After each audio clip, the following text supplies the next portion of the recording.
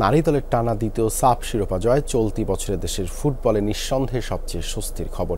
তবে সাবিনা সানজিদাদের এশিয়ান পর্যায়ের জন্য প্রস্তুত করার চ্যালেঞ্জ নিয়েই নতুন বছর শুরু করতে হবে বাফুফেকে। পাশাপাশি নতুন বছরে দেশের ফুটবল ভক্তরা সাক্ষী হবেন নতুন এক ইতিহাসের, কারণ লেস্টার সিটির ফুটবলার হামজা চৌধুরী লাল সবুজ জার্সিতে মাঠে নামতে পারছেন 2025 সালে। তার ব্র্যান্ড ভ্যালুকে পুঁজি করে স্পন্সরদের আকৃষ্ট করার চ্যালেঞ্জ বাফুফের।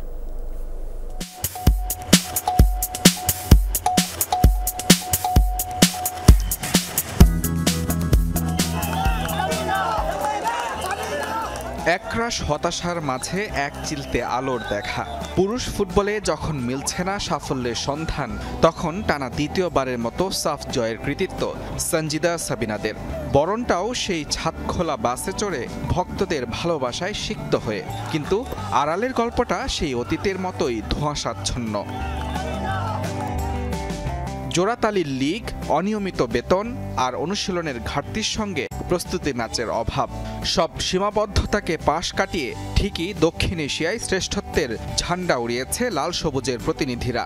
সাফে টানা শিরোপায় নারী দলের পরবর্তী মঞ্চ এখন এশিয়ান পর্যায়ে, কিন্তু সেই লক্ষ্য পূরণে কতটা প্রস্তুত ফুটবল ফেডারেশন?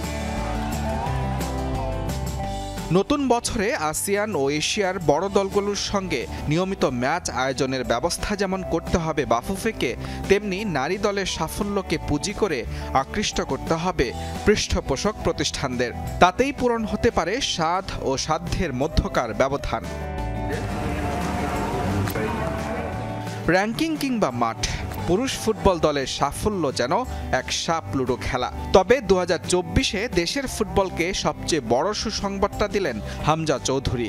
ইংলিশ প্রিমিয়ার লিগের দল লেস্টার সিটির অন্যতম এই সেরা তারকাকে দেখা যাবে লাল সবুজ জার্সিতে। নানা জটিলতা শেষে ফিফা থেকে মিলেছে সেই ছাড়পত্র। আসন্ন ফিফা উইন্ডোতে লাল সবুজ জার্সিতে খেলবেন ব্রিটিশ বংশোদ্ভূত বাংলাদেশি এই ফুটবলার। সবাইকে হাই, আমি হামজা। অত্যন্ত আনন্দিত। বাংলাদেশের হয়ে খেলার প্রক্রিয়া ঠিকমতোই হয়েছে। তবে এমন আনন্দের খবরেও আছে শঙ্কার জায়গা। বিশেষ করে লেস্টার সিটির চাহিদা মেনে হামজার জন্য মেডিকেল টিম গঠনে বাড়তি তৎপরতা দেখাতে হবে ফেডারেশনকে। পাশাপাশি দক্ষিণ এশিয়ার সেরা এই তারকার ব্র্যান্ড ভ্যালুকে কাজে লাগিয়ে জাতীয় দলের দীর্ঘদিনের স্পন্সর খরা কাটিয়ে উঠতে হবে ফুটবল ফেডারেশনকে।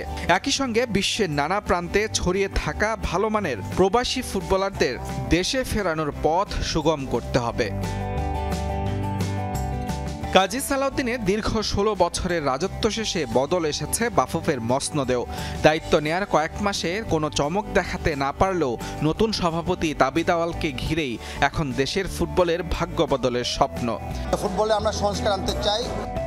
বয়সভিত্তিক পর্যায়ে সাফ অঞ্চলে নিয়মিত শিরোপা জিতলেও সেই সাফল্য যাত্রা থেমে যাচ্ছে এএফসি লেভেলে। বাফুফের নতুন কমিটির ভিশনে নিশ্চিতভাবেই জায়গা করে নেবে বিষয়টি।